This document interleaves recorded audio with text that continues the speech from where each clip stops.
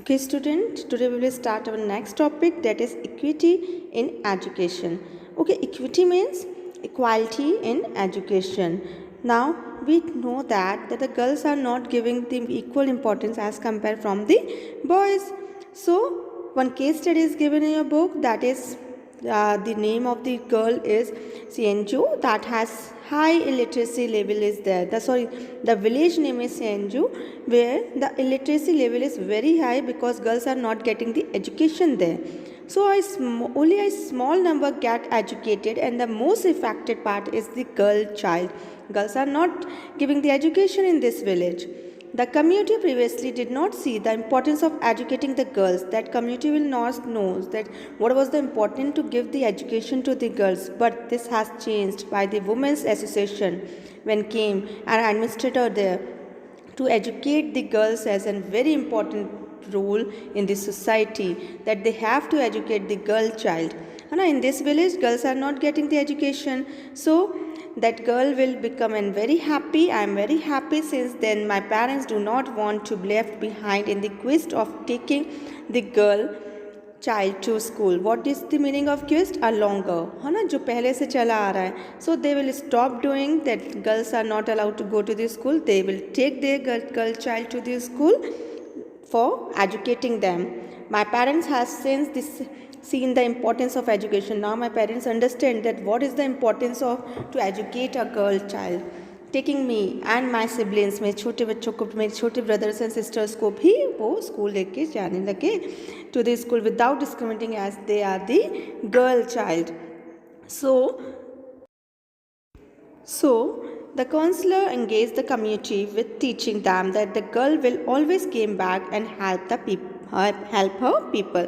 That to educate one girl, they will educate the whole family. They get the concept of this, that girl child given the importance in the society. For those who promote the traditional religious value, the above gender equity provisions are contrary to their customary method of law. This means in the society where the custom is given very much important role, play a very much important role, traditions chala raha, girls are not giving the education, this will be the changing role in the society there. Gender equity, आप gender equity नहीं कर रहे, discriminate कर रहे girl and boy में.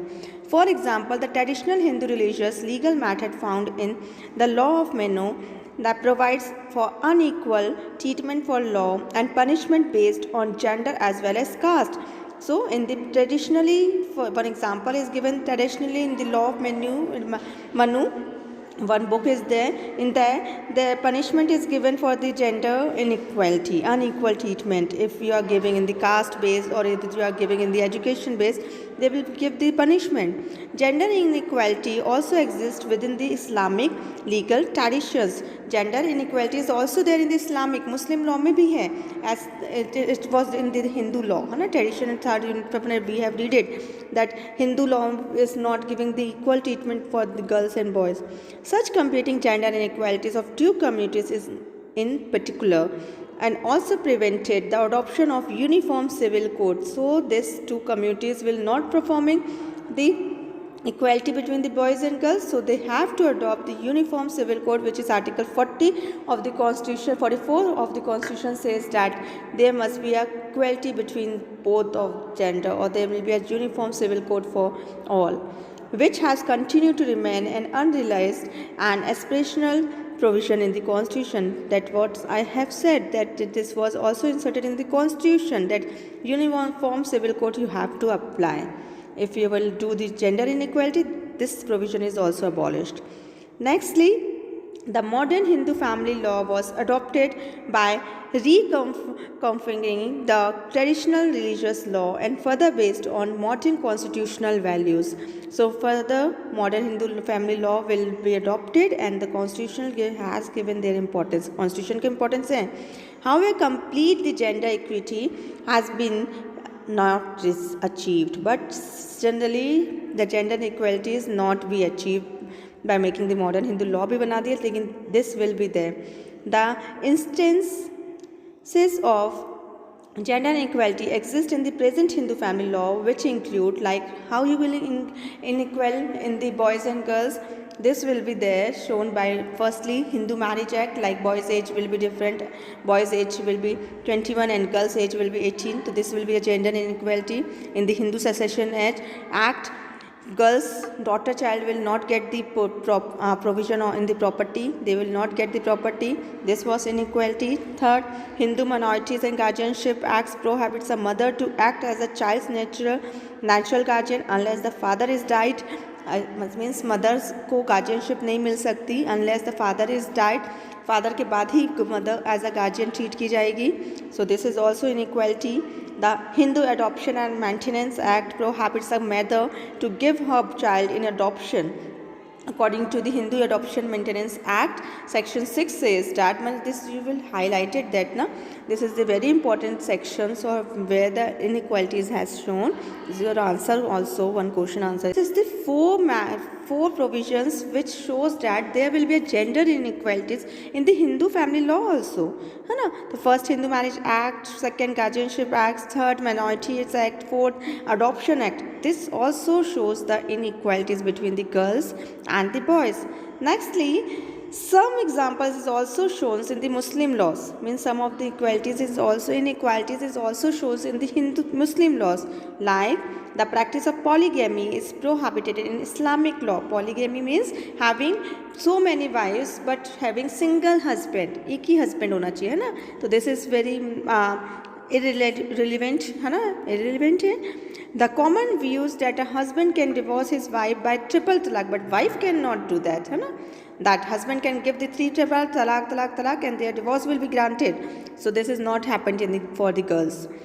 Third, a Muslim husband is required to pay maintenance to the divorced wife only during the iddat period of 3 months. What is the iddat period? Means 3 months. For the 3 months only they pay the maintenance. After that they stop paying the maintenance to the Muslim wives. So this shows the inequalities in the Islamic family law also. So these equalities must be removed from the society. We have seen 2 topics. Hindu law inequalities also there, in the Muslim law inequalities is also there. This must be stopped by the law, but still it was not prohibited in the law. This is there.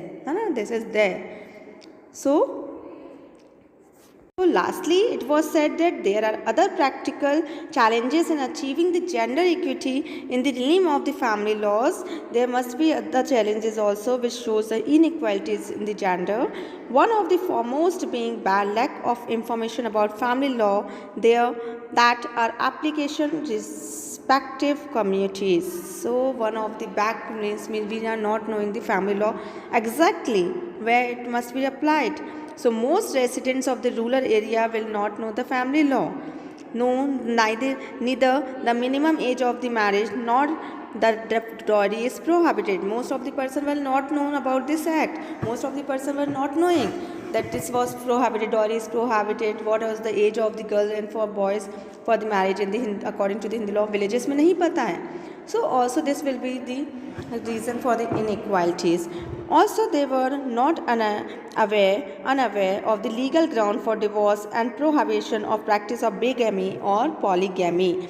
Means they will also not know what was the punishment given for polygamy. They will not know the legal ground for the polygamy and bigamy, means having too many wives or having too many husbands, means they will not know that this will be punishable by law. So this was also a great challenge in the society.